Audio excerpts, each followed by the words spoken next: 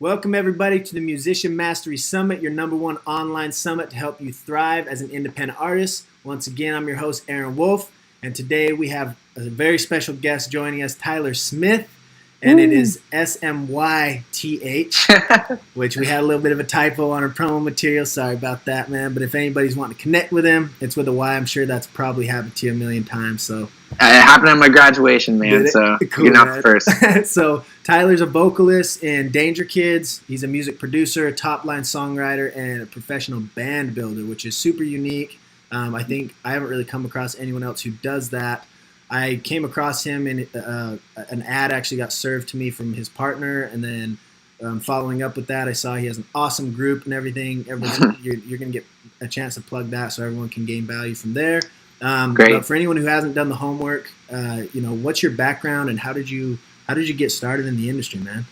Sure, I'll make it quick. I got started like a lot of people, I was a fan of music growing up, buying cassettes, and then fast forward a few years and I was playing guitar in a band, and my first band got signed in, oh my gosh, like 2006 maybe before that actually. Mm-hmm. I'm a little older than I look, but I've been signed a few times since then, and it wasn't really until Danger Kids, which this is at least my third signed act, that it clicked and I got it. And I don't think that any of that previous time was wasted. Uh-huh. I think I learned a lot because now I'm sustaining. I'm doing more than sustaining, which is a great place to be in the music world. For sure. But so I got my start as an artist, like a fan. I love music and I loved writing and reaching people. I've toured for over 10 years, and so I fell in love with, communicating and the community that comes with it, is really something magical. That's why I love what you're doing so much, because it's really ultimately about community to me. Yeah, I think that the old way of doing things is kind of slowly falling away. It seems to me like the music industry, and I kind of have a background in business, and I would always use my business income to kind of do music. And what drove me to do this was just wanting to fully take that leap. And the more that I noticed the traits like that I've seen, where it's like a lot of people hoarding information and not wanting to expose what's working for them, and slowly that's kind of like dying off. And I feel like this next couple of years is going to be just like hugely transformational for the music industry, because we're seeing people like you and just a lot of other people that are like, hey, this is valuable info and it serves you to share and uplift others, which is like the new paradigm, I feel like, I would love to take a quick pause there and really focus on what you just said, because it is what defines me and my mission as well in a lot of ways, which is there's not a finite amount of success out there, right? So I have learned, this is what's taken me 10 plus years of touring to learn, is that if you can help everyone around you win, you also win. Yes. It's like you're really just hurting other people and yourself by not helping other people. Because I was like that. I was young and I was in a local band, and you think, oh, it's competition, like we got to smash. And maybe in a friendly way, maybe in a like, oh, we'll see who puts on a better show tonight type of thing. Yeah. But certainly, years of mistakes of like where I could have shared things with others and they could have shared things with me, and we could both be in different places now. And I do think I'm lucky to be doing what I'm doing and living the life that I am. But I would encourage anyone watching right now to drop that cool guy aesthetic and just be like the new cool guy, like what you're saying, in the new music industry is a guy that lifts people up around them and is sharing and wanting to grow. And so this community here and my community that you mentioned as well, man, that is it. That is 2018 and on. Hell yeah, bro. I love that. Yeah, I've noticed that it's been a little bit slow to catch on, but people are, it's like usually like people are just too cool, and so I love to see that it's changing, and I love that you highlighted that, because I think that's the reason that this is succeeding for me versus other things that I've tried in the past. It's like whenever we focus on other people first and adding value, like I reached out to you to be like, hey dude, here's what's in it for you. Yeah, and by wonderful. The way, this is going to help all these people. And then obviously, you don't have to be coercive or anything like that. It's just like, this is what it is. Do you want to do this service with me? You know, so I love it. Can you tell us a little bit more about like the different aspects of your career right now? Because you involved with a lot of different stuff, but I want to kind of get clarity for the group on that. Yeah, absolutely. For those of you that don't know me, again, I'm Tyler Smyth, Smyth. Yes. And I began as an artist. I was a signed touring guitarist. Now I'm a vocalist. Since then, my career has evolved a lot, and now a normal day of mine consists of a lot of I do a lot of mentorship stuff for bands, where I am taking signed and unsigned artists, and it's very different from management. I'm not a manager. It's not a day-to-day thing. It's more like a macro scale thing, where I'm sort of helping position what they're doing, whether it's like how they're releasing something, and it started small like that. You know, it started with, the questions get so big that you can't just answer them in a few sentences, right? So sometimes, how do I do this the right way, isn't as simple as just saying a few lines like, oh, you do this and then you do this, and then you go on Facebook and you say this. It doesn't work like that anymore. And so it was a very natural evolution to become that mentorship, because it was just me taking a more hands-on approach. Like, well, here, I'll walk you through it. Cool. Right. And so outside of that, I'm a producer and a songwriter, as you mentioned. And so that takes up a lot of my time. I've been doing some songs. I have a song coming out really soon for Falling in Reverse. I did hit their last single, their last album. Wow. I did the last Bless the Fall album, which was really crazy. I don't know if you saw that it got featured on Apple's like WWDC conference. Dude, I was like, sure, I'll take it. You know? And I have like some corporate clients too. Like, so I do some work for like Vice, like the network, and I do some work for Sega. Like, so I do some video game stuff. And but it's funny because all of this stemmed from being an artist and being in a band and just wanting to make a community and reach people, and all of this cool like things that were outside of the band world really started to come to me when I became the person that connected people and helped people and lifted them up. And so that's just a little bit about me. Sweet. Yeah, well, I think that it's really, I mean, it speaks to that. It seems like the opportunities eventually will start finding you if you add enough value to the world. Absolutely. Like and what you said, and you said that before, and so I will touch on that again too, is 100% accurate. So I love everything you're saying, because it is you can't just expect people to hand you things, you know. And I think we all start out learning that lesson the hard way, where you think you're awesome and then you go and you play a show and nobody's there, and then you're like, oh, I got some work to do actually. It will humble you real quick with this industry for sure. Yes. So outside of that, I really want to get into your group, because even just from the first, like literally the two things we talked about before I did the little intro or whatever, so people probably won't see that.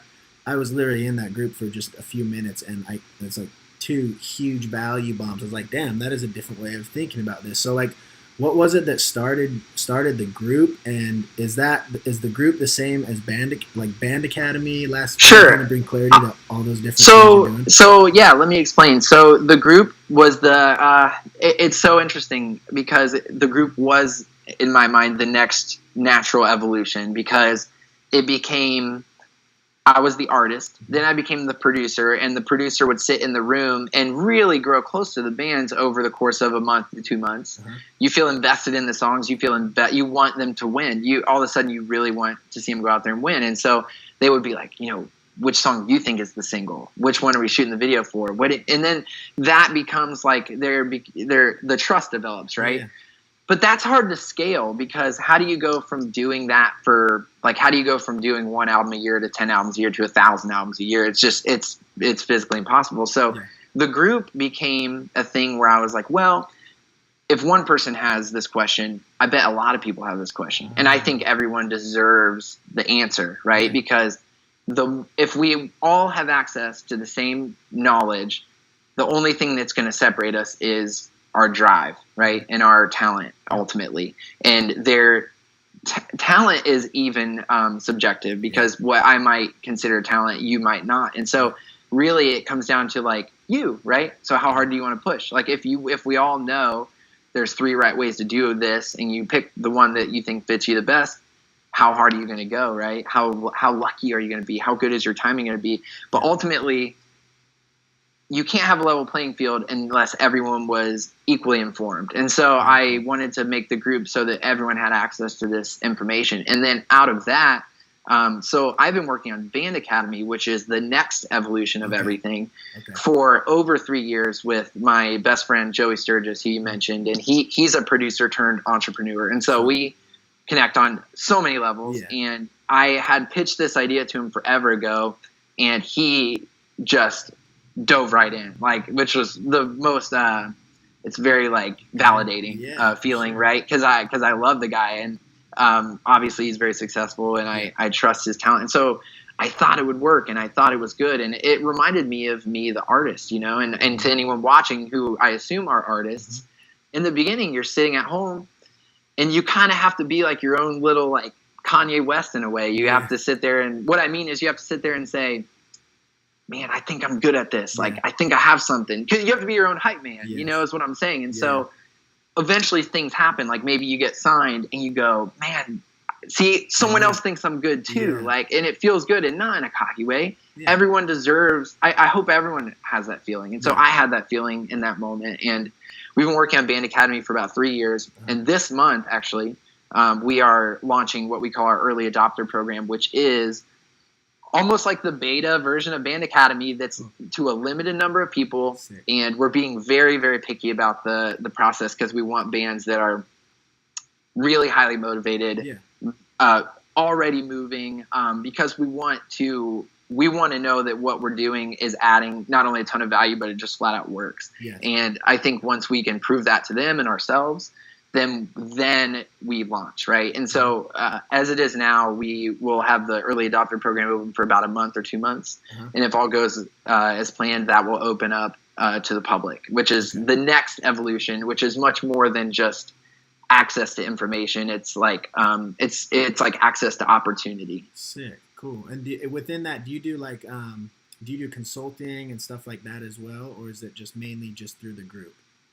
No. So, I mean, the group has access to me, as I'm sure they know. And I mean, we're actually having our first real world event. We're doing like a little meetup on the 15th, which is cool. Yeah. And so it's already starting to expand out into my life, like literally, awesome. Which is super cool, because some of these people, I feel like I know them already and I've never met them. And so I'm going to meet some of them, which is really great. And so yes, that is an aspect of Band Academy is like more in-depth access to me, but that is like gotta be 1% of the actual platform, because it's not based necessarily around like access to me, although that I guess if that's a perk, then that's amazing. But it's more just like setting up opportunities that we believe don't exist yet. For emerging artists, right? So if you're already snowballing, like we want to like push you all down the mountainside, right?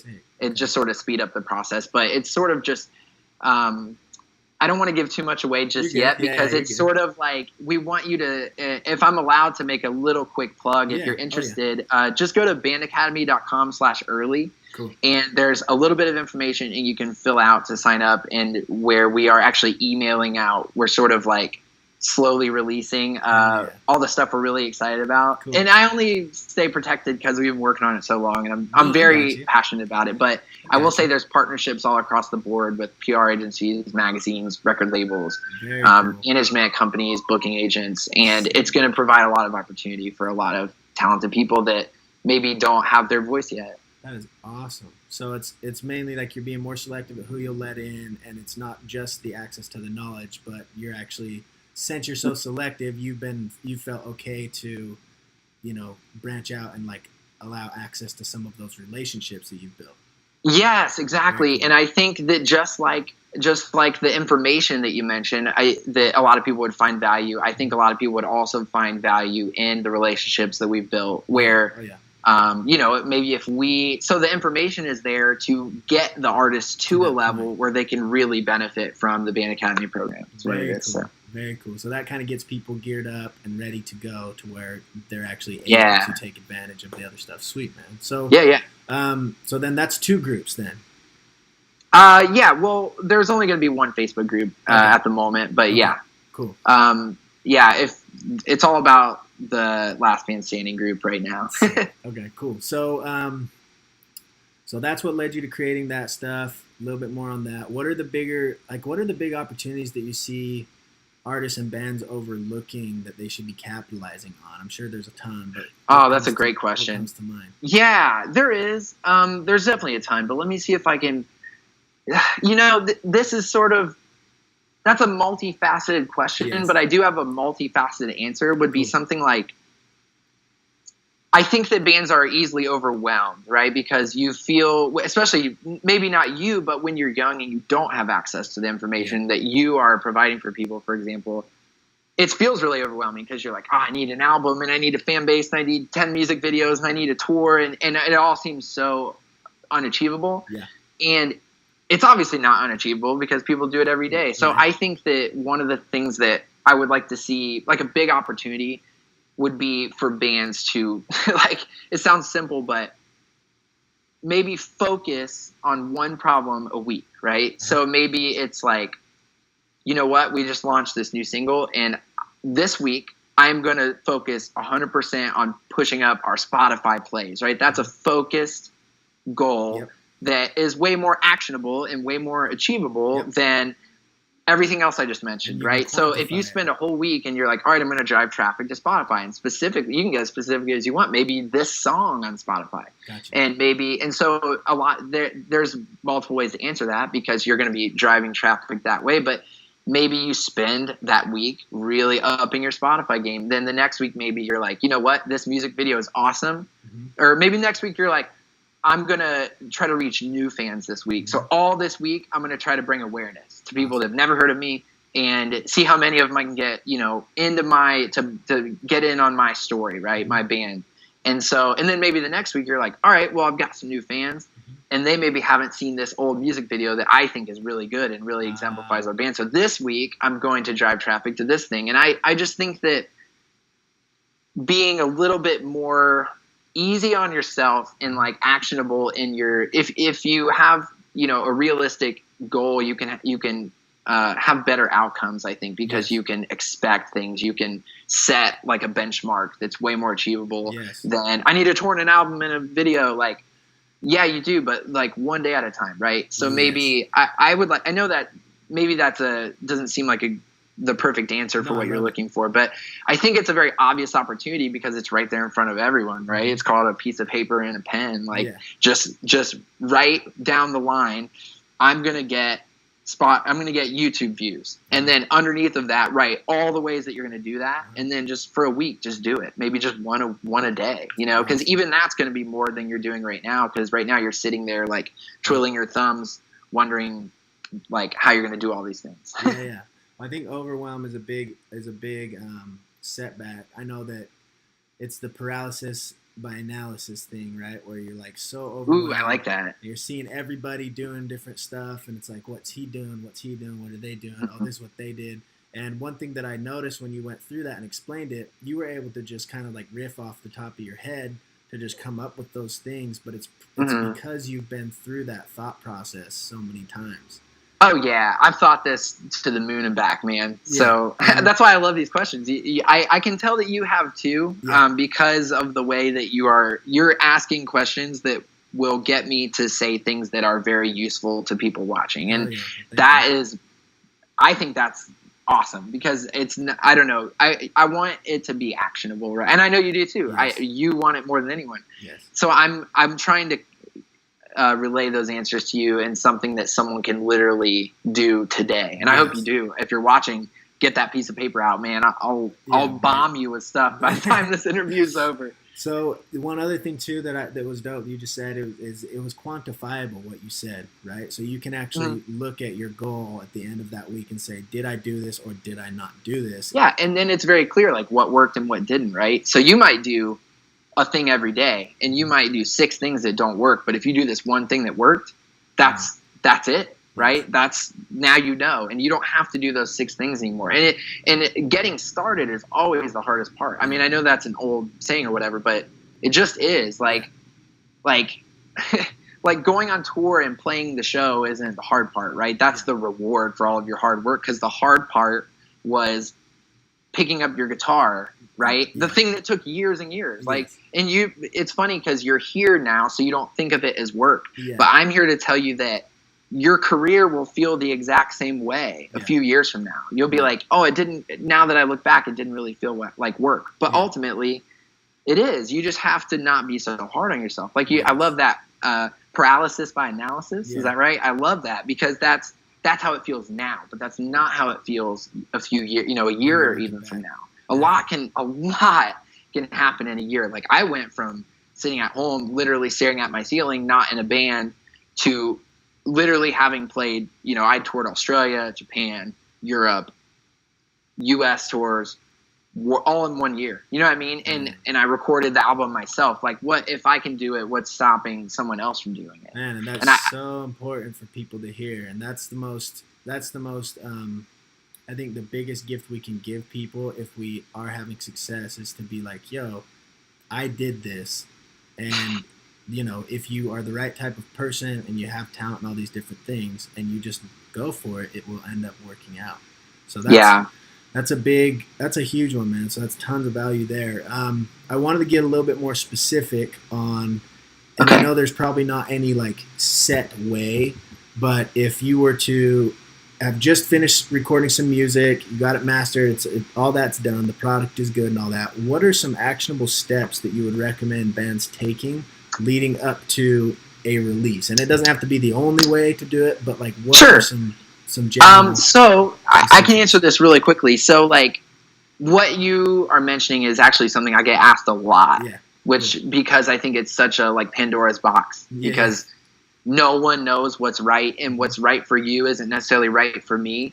And so the interesting thing about your question is only you know the answer. But one thing I can do as a mentor is help you arrive at that answer. And so in my opinion, right, just me, I believe that there are 4 different ways, roughly speaking, to release music. And I would call those like the tried and true way, right, which is the major label method. It's like 3 months out, right? So you plan 3 months back from release date, and you just count down from 90 all the way to 0, and 0 is the album is out. So, and this is just pre-launch, like you said. So there's obviously a lot of post-launch stuff as well. Like it never really ends, but there's that method where you plan things out, and it's sort of like this very slow drip, right? So maybe you do 1 music video release a month for 3 months, and every, peppered in, like, so maybe you do it on the 1st of each month, and then in the middle of the month you would do some, or maybe it's like the lyric video, then the official video, stuff like, so I'll speed this up just so I can get through all of this. But there's like a 3-month timeline. Then there's what I call like a blitz release, or like a blitz campaign, which is that whole thing crammed into like 1 week. And very different thing, because instead of like casually releasing over 3 weeks, you might release the same amount of stuff, but in 1 week, maybe even in like 5 days. And the idea, and there's a different result, right? So so that's what I mean by what's right for one artist might not be right for another, because something like that has more of a potential to create more of like a viral kind of buzz, I would say, because it's got a just firestorm quality to it, where you're just like a new music, new song, new video, like every day, right? Or something, or first day it's this, next day it's another new song, third day it's, you announce this tour and you put out this teaser video, then you're like, hey, our album, comes out tomorrow, and then your album's out, right? So it's a lot of stuff, but you own the internet for a week, right? So there's a benefit to that. And maybe that works for you. I also think there's one that I really am fond of that's called like anti-marketing. And I guess I would call it like an anti-marketing release, which is just a different style of marketing where, oh man, how do I put this into it? My band did it, for example, on our last album, because I'm such a fan of it, where we actually went to our Facebook, Instagram, Twitter, every social media, and we deleted all of it. Not our pages, but we deleted every post we ever did, every Instagram photo we ever did, everything, just all gone. And then we put up 1 new post, and it was basically a line from our upcoming stuff, right? And that's anti-marketing in the sense that it makes people go, what the hell's going on? Holy shit, what is this? Yeah, Yes. right? Like what's about to happen? Yes. And so we're all trying to achieve the same result, which is we're all fighting for time, really, people's time. So we're online competing against, YouTube and Reddit and things like that, because I'm asking for someone to take a second out of their life to like care about what I'm doing or what's about to happen. So, and I guess for a fourth release, I would say I call it the anti-release, which is to not release music, actually, which is funny. But it's the idea that you might be in a better position to shop yourself to industry people before you release it, and releasing it might actually do you more harm than good in that scenario. So like that release might be for an established band that has a lot of hype, that is sitting on some gold, and they could just put it out, but maybe it makes more sense to not put it out. And because something that is released has intrinsic value, but maybe that value isn't very high. So if you haven't put out songs, then the value is still TBD. It's like you haven't determined the altitude that this album can fly at. So if you're showing the right guy at a major label and he sees the buzz you've already created, and then he listens to this song and he's like, oh my God, this band, I have the resources to elevate this band to the next level. But if you just put it out and it did, 1,000 copies or whatever, that's amazing, but it's out now.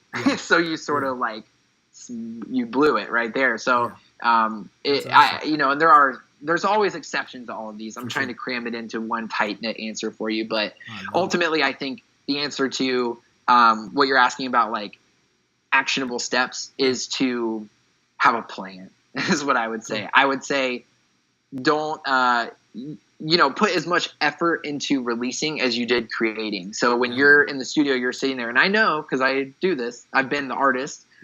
I'm also the producer, and you sit there and you're like, is this riff right? Is this riff right? Which guitar should I use on this part? Like, you imagine if you put that amount of thought and detail into releasing it, it's like, you would be the biggest fan in the world. So I think just having a plan and challenging yourself to be as passionate about releasing it as creating it, I think would be my real answer. Dude, that right there. All right, we're done. I'm just playing. Boom, mic drop. Yeah, exactly. So that was really cool to know what that actual, like, what that is, that technique, the where they delete everything, and like I've seen. Yeah, I mean, that's just one example, but it's anything that is not traditional marketing is what I would say. So I like to think of that. That reminded me of a story that I used to always teach people when I like in business and stuff. There's a sales company, and this applies to the psychology, what you're talking about. Sure. And there's one salesperson who's killing it, and these guys make this glass, this like it's like the glass, it's not glass, it's like plastic. And this one dude's killing the game. Everyone brings him in. They're like, what are you doing? Can you give a training? And he pulls out a hammer and he just like, boom, slams it on the table. And so it's like breaking that glass, and it's like breaking preoccupation and getting those eyes on you is probably, I would assume now, especially too with how many ads people are getting served and all this stuff, it's only getting more and more competitive. So that was a big aha moment for me, because I have seen artists that I follow do that, and not necessarily like that's a necessary thing to follow someone else doing it, but to understand, I think, the reasons behind it and the actual like formula and the what am I trying to say? Yeah, to understand the reason why these things are being done, I think is more powerful to know, because then you can work from that perspective and even create probably your own version or whatever of and that's the other thing I want to say is, obviously everything I said hopefully people found valuable, but there's also a lot of stuff missing from what I just said. But I mean, hopefully that's at least a first step, right? And ultimately so I can say 3-month plan, you don't really know what I mean, but ultimately just forcing yourself into a scenario to have a plan, right? So what makes sense for you? It would not make sense for an unknown artist to, like Beyonce put out an album with no promotion. Yeah. So that is anti-marketing because she is at a point where she is so big that the only way to promote it is to not promote it. Like that's the best way for her to make it. And that doesn't work for you or me. You know what I'm saying? Yeah. Like, I mean, I'm saying if we are unknown acts, like if no one knows who we are and we drop an album, doesn't make a sound. You know what I mean? Like, like if a tree falls in a wood. So I just, so there's a lot missing from what I just said. Yeah. But like an infinite amount. If you haven't gathered by now, I can talk about this stuff very passionately for a very long time. But hopefully that at least puts someone in the headspace of making a plan. Very cool. Yeah, actually on that note, Angela Mastrogiacomo, I finally got her name right. She's one of our speakers, and she actually just released, I think she had a write-up in Reverb Nation, and I saw it today on her profile. It said, hate to break it to you, and it was basically along the lines of like, you can't just release something without anybody knowing. So I noticed the common themes from every single person I'm speaking to, and it's like build good relationships and just all the different stuff you've been saying goes right. Very practical, yeah. Yeah, and it's stuff we know, but it's almost like what you said when you have that, like, I guess like validation or whatever, you have someone actually say it who's in that position. That was my whole goal with this, is just to like, because that's what I realized is by going through this is like, oh shit, I am on the right track. Oh wow. Oh yeah. Oh wow, he just said that. I've been thinking that. You know what I mean? So I think that it's about taking that action and just like making it happen. That's people that get caught up, and I think that that's very, very dope. That, you know, a lot of your group is based around helping people implement. You know. Mm-hmm. So outside of the group, right? What are some resources or tools that have helped you that maybe artists, people that are aspiring to get going in this wouldn't be aware of? Is there anything you can point them to, or anything that comes top of mind when I ask you that? Yeah. This might not be the answer that you're looking for or expecting, but and this is not to sell what I do in any way. I just can't help but be very close to the value that I provide. So maybe I'm a bit biased, but I think you can have a mentor is very valuable. And it's not a resource in the sense that it's a website, you know, it's not like mentor.com or something. Yeah. But I was lucky enough to have and be close to people that were successful in music, that went from being, you know, my friends, like I literally grew up with them, and I watched them become successful. Mm-hmm. And without them there, I don't think that, sorry, my phone was ringing. Yeah.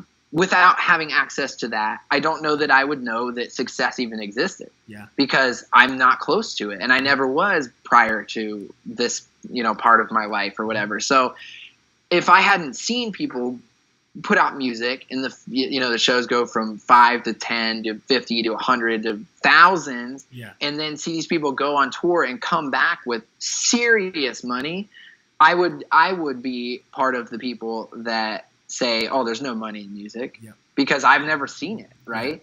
Yeah. But there is, and I'm not selling you on anything other than the fact that it's out there, and I hope that's a relief to people, not a like, there's nothing, I'm not selling anything here. I'm just saying that success is out there, and I know because I've seen it again and again and again. Yep. And I've also recently been lucky enough to be partially responsible for it, not just in my life, but in the lives of other bands and other artists. So I think you can have a mentor, and it doesn't have to be, you know, LeBron James, like someone who is further down that road than you, like you, for example, or me, have value to give to people that have not been down that road. And it can save you serious time. Like and you know, what's also very comforting to me is the ones that are really, truly possessed by music, like I am. Yeah. They go through it anyways. You know what I mean? Yeah. So like whether you have a mentor or not, you're so possessed by music, it just takes you longer to get there. You have to do it. But I think you could do yourself a real service by surrounding yourself with people that are driven, motivated, and want to win, and maybe have already won. And, you know, now my network is awesome. Like, it's just, I'm like in awe constantly of the things that my friends do, you know, and it's like weird that they're my friends, and it's not like, it just is. And a lot of these people, not all of them, but a lot of them are the same friends that I had. You know, I live in Los Angeles now, but I'm from the Midwest. I'm from Ohio. And so a ton of my Ohio friends went on to kill it. You know what I mean? I toured with 21 Pilots. Like, this is just a random example, but I'm just saying, like, I'm constantly amazed at what people go on to do. And can you imagine if I had been like a shitty person or tried to big time 21 Pilots because they were opening for me? Like, that's a very laughable thing now. Yeah. They're like the biggest band in the world. Yeah. And that's just one example. But but I think that those of us that are lucky enough to get, you know, a mentor, I think can really give value, because that's constant access to wisdom and information that you don't have on a need to know basis. Like, that's the most magical tap that you can just turn on and off. Right. So that would be the biggest resource, I think, is if you find someone who would serve you well as a mentor, that would be a huge resource. That's awesome, bro. You said that, because I feel like that was something that kind of, so I grew up in Salt Lake City, Utah, and there wasn't much of a, like, I never met anyone who was in the music industry that was like succeeding until I had ended up going out to Georgia and being in Atlanta, and that's where that's where I met Willie Linton, who's one of my, like, basically like my very biggest mentor. And the beauty of this right now is that, like, literally the internet gives access to a mentor. So if you're in Omaha, or I don't know, like some little small town in Idaho, there are groups and resources and stuff out there, and it's just going to keep on becoming more and more accessible, because as we talked about, things are really shifting. So, where are you living now? Atlanta? No, I live in San Diego. San Diego, nice. Yeah. So, like, connecting with you online is the next best thing to connecting with you in person. For sure. You know what I mean? Yeah. And it's pretty amazing that you can pull out this thing in your pocket and then just, like, have answers, like, shouted at your face, and then you, like, turn it off. Like, you know what I mean? Because I didn't grow up that way, and I don't think you did either, dude. Man, so there's no, like, another thing I try to teach is, like, I try to remove the excuses. Yes. You know what I mean? So, like, back to that, you know, I did it, why can't you? I mean, it's easy to say from where I'm sitting, right? But it doesn't make it any less true. Like, it's right there. You know what I mean? Like, I building that computer and teaching myself to record because no one would record me, and then recording that album literally changed my life.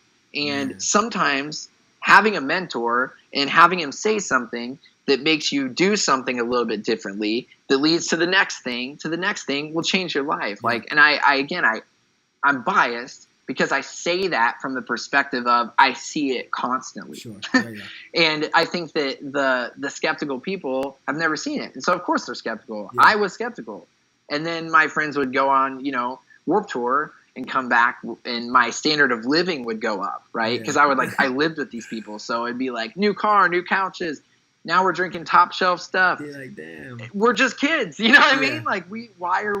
And that wasn't my band. That was them, right? But I had access to that. So I would be like, dude, how do you do this? Can you connect me with this? And you reach a certain point where you're ready, you know, and then they'll pull the trigger on those things. And so a mentor can be a lot more than just information or, you know, saving you time. They can, you know, I put people in rooms, dude. Like, that's what I do. Dope, man. Well, you definitely have something that's bigger than you, that's driving you now, and I think that's like another thing that you learn as you go through life, is that, you know, you can achieve a certain level of success, and then at that point it's like, well, I'm here, now what? I feel more invested in other people than myself. Kind of, you know what I mean? I know that I win when they win, but I feel like I want to see them win more than I ever wanted to see myself win. You know, it's like weird. Well, your success. It's like recording your own album. Like, I have more. I take other people's records more seriously. I'm like, oh no, it's got to be better. It's got to be better. With my album, I'm like, yo, this is fine. I love this. Yeah. And it is, you know. But it's like I feel extra invested. I'm not sure why that is. That's dope, man. You got a good heart. Sounds like, bro. So Thanks. I guess we're kind of short on time here, but Okay, sure. We can speed up. No, you're good. I'm enjoying it. I wish I had more time, but I want to ask you what are the more common questions that you get, in regards to, just what would be what would be the more common questions in consulting that you're getting, like when you bring someone on? What are kind of like the top questions? Well, releasing is one, but like I always try to break it down past that. Like those are good questions, but they're still surface level, and they're not addressing like the underlying problem. And there's a few, right? So it's not one underlying problem, but a big underlying issue that I often address is like addressing someone's intent. And that's such a like, you ever see those old like cliche movies where they're sort of like, why do you want to do this? Yeah. You know what I mean? And they're like, well, I just want to do it. Like, well, why? And that's what I mean by intent. It's like, it's not an easy question to be honest with yourself, right? Because in the beginning you're like, I don't know, it seems like a cool job, right? I'd rather play music than work in an office. Yeah. And that is an answer, but it's like there's layers underneath of that. And what it usually comes down to is like, you just got to find the root of it. Because for me, it's like I learned that I just want to help people make awesome music, because that sentence answers every sentence of everything I've ever done in my life. Because I want to help people make awesome music, so I've actually made the music. I've produced other people's music.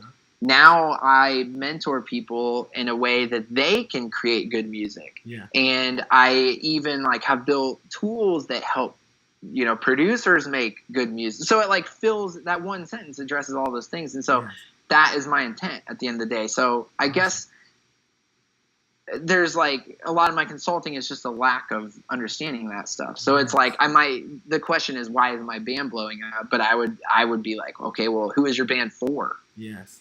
And even that, they're like, huh? Because the answer is not everybody. It's just, I know that you want it to be like, it's for everyone. Be like, well, it's not.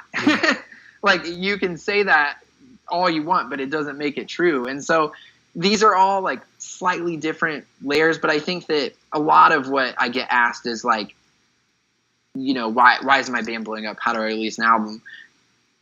There's like underlying layers. So I really have to break down like fundamentally what their goals are, which is the why are you doing this and who is your band for, and questions like that. So when you can arrive at an answer, like, my band is for people, and you can answer however you want. It can be statistically, it can be like, I'm looking for 14 to 25-year-olds right now. And this can change over time. Think of the Harry Potter books. Like, they were children's books that grew up with their audience. You know what I mean? So, and like one of my favorite bands is Thrice, and Thrice grew up with their audience. Yeah. And Brand New, I don't know, I'm just throwing out bands that evolved over time. And I remember like buying a Thrice album when I was younger. It was Visu. It was like my favorite album. And when I bought it, I remember putting it in and I was like, what the heck is this? Because it wasn't their last album. And so I literally hated it, took it out, threw it. And then like months later, I put it in and I was like, oh my God, this is the best thing I've ever heard. And it's because I wasn't ready. And that is the same fundamental answer that you need to be like asking your band. I'm not necessarily talking about changing your sound. I'm just trying to get to the root of why you do what you do. It's like, maybe it is, who is your band for? Like, maybe it's for, so if you're a metal band, your band isn't for everyone. And even if you're a pop artist, the answer isn't everyone. Like, how well do you know your market? Like with Danger Kids, I can tell you straight up who our market is right now. And this changes over time, but sure, we have some young people. We get a lot of military. We get a lot of gamer. We have a huge following in the gaming community. And so we early on doubled down on those things. So we had like huge YouTubers that with like millions of subscribers, and they wanted to use our songs in their videos, and we're unsigned, and we're like, yeah, sure, this one's not out yet, like take it. But we know our audience, and so we like feed back into that audience. So Andy in my band streams live on Twitch. It's like a service owned by Amazon where you stream games, and he interacts with, so he builds relationships with our fans that way. and he makes money playing video games. So it's a win-win, Yeah, but like exactly. so he's connecting with our core audience, which we believe are gamers and military people. And I mean, if you are questioning this at all, you can go on Facebook and find, your insights on the ages of people, and all this stuff changes. But yes, and some people are data driven and some people aren't. But I think that ultimately, like, just go play a show that's your show. That's, or it doesn't even have to be your show, but just see who comes up to the table after your show. Go to the merch table. I hope you're going to the merch table. Yeah. If not, we have a lot of work to do. Yeah, exactly. But that's your audience, right? So get to know your audience. Like, how well do you know your fans? Do you know where they're from? Do you know what they do for a living? Because you should find these things out. And that's a common question that I ask in reply when people are like, why is my band blowing up? And I'll be like, well, you know who your fan is? Do you know who your band is for? If you can't answer those questions, then I know why your band hasn't blown up yet. Yeah, so it's more like getting clear, ultra clear on who you're serving and why you're serving them. And in what way that clears up all the other kind of like noise that are these questions that really... It just makes the answer clearer for them. So they will still have the question, how do I release my album? But now they know who their album is for. They know what their goal is with this, set like a realistic outcome, and maybe you'll even blow past it. But like setting it, because the answer is not everybody, and the answer is not 10 trillion record sales. Yeah. You gotta set like realistic outcomes and expectations, and maybe you'll blow past them, which is great. But then you just set the very next goal. Like my band goals, I can tell you what they were. Even in my first signed band, I'd never seen California, so I wanted to see California because of my band. Uh-huh. I didn't care what means. I didn't care how. I just wanted to end up there because of music. Uh-huh. I'd never been on an airplane, so I was like, I want to fly somewhere because of music. Yeah. And I wanted to, what was my third one? I wanted to see it on a shelf. Even if it was just, we were only sold in one store, I wanted to see my album for sale on a shelf. Those are my first goals. And then I hit all three of those, obviously, and then you set your next goal. So then you're like, I want to see any country outside of the U.S. Like this is me. This is just who I've done this my whole life. But I think looking back, I can attribute some of my success to that way of thinking. And so I just try to instill that way of thinking into other people, because I don't think there's any harm in being able to answer those questions like that. I don't think there's any harm in knowing who your audience is, why you do it, what your goals are, your short-term goals. And you'll hit those goals and then you set new ones, man. Like I have crazy goals right now. It's funny that the Apple keynote thing just happened. And because I wish that was one of my goals, because that was a goal I didn't even know I had, right? But my goal right now, and this is no joke, and I said it in the group because I challenged everyone in the group to make a goal, and a crazy unrealistic goal, and take one step towards achieving that goal. And mine was, I want to work on something with NASA. And that's crazy. That's crazy. I don't have any reason to believe right now that I would do that, but I have taken steps. Like I went online, I found the people that would be in charge of I was thinking sound stuff would be like public outreach. So I'm going to find those people that are sort of doing the PR stuff and tell them that, look, this is my skill set and I'm at your disposal and I'd love to be involved on any type of project. Yeah. And that's one step. Like, again, I'm not doing it yet, but it doesn't mean I won't, and I just want the people that are reaching out to labels and not hearing back to understand that. Yes. It doesn't mean you won't hear back. Yes. It just means you haven't yet, they say a winner is just a loser that tried one more time. Yep. So how hard is it really to send an email? Like you were saying earlier, I don't even have to leave my home. I don't even have to get up off the couch. I have no excuse. Serious? I have no excuse. So if you see me in a year and I do some dope thing for NASA, I don't want it to be a mystery. Yeah. And I don't want you to be like, oh, he didn't deserve that. Because I did, because I'm working on it right now. Putting it out there, and man. So when I hit that goal, I don't want anyone to be surprised. I guess that's the philosophy. I love that, man. So that reminds me of one last thing here, and then I'm going to have you plug all of your different stuff again. In my career, as far as like working in the past and stuff, we did something. It was called Top 10, and the Top 10 was basically where you would be, you write down your top 10 goals each day, and the whole outcome that you wanted was to be able to be shaken awake in your sleep. Ooh. And be able to repeat your top 10. So I love that. You narrowed it down to 3. That was really dope, and I think that seems a little bit less daunting to people. But yeah, that resonated with me, and I'm sure everyone's going to get a ton of value out of this. So I have this other call coming in. I want you to go through, just because I got to start a little bit late. I want you to go through, plug in up your stuff real quick, let everyone know where they can connect with you, how to get into your group, and all that stuff. Absolutely. So, yeah, thank you guys for checking it out, watching. I hope you got a lot out of it. Again, my name is Tyler Smyth, and all my socials are just my name. So it's like Instagram.com/ or Twitter / TYLERSMYTH, Smyth with a Y. If I could ask you to do anything other than to have taken some type of notes during this, it would just be to join my free just Facebook group community that's called Last Band Standing. And the easiest way to find the group is just to go to our website, which is bandacademy.com/group. And it'll just direct you to the group. And it's free. And there's tons of value being given in there every day. And it's literally full of people just like you that are sitting at home wondering if they can ever be great. And my job is to connect those people with people that can help elevate them. So we all are going to win together. And the group is about 2 months old, and we've already got thousands of members. And so it's expanding rapidly. And the integrity of the group is still very, very high, I'm proud to say. So, like, very cool. Don't expect to join and just be withdrawing, though. Like, I want people that deposit too. Yes. Like, I want people that offer value so that they can get something out of it. But please, like, join the group, and that's my number one thing that I could say. Awesome, man.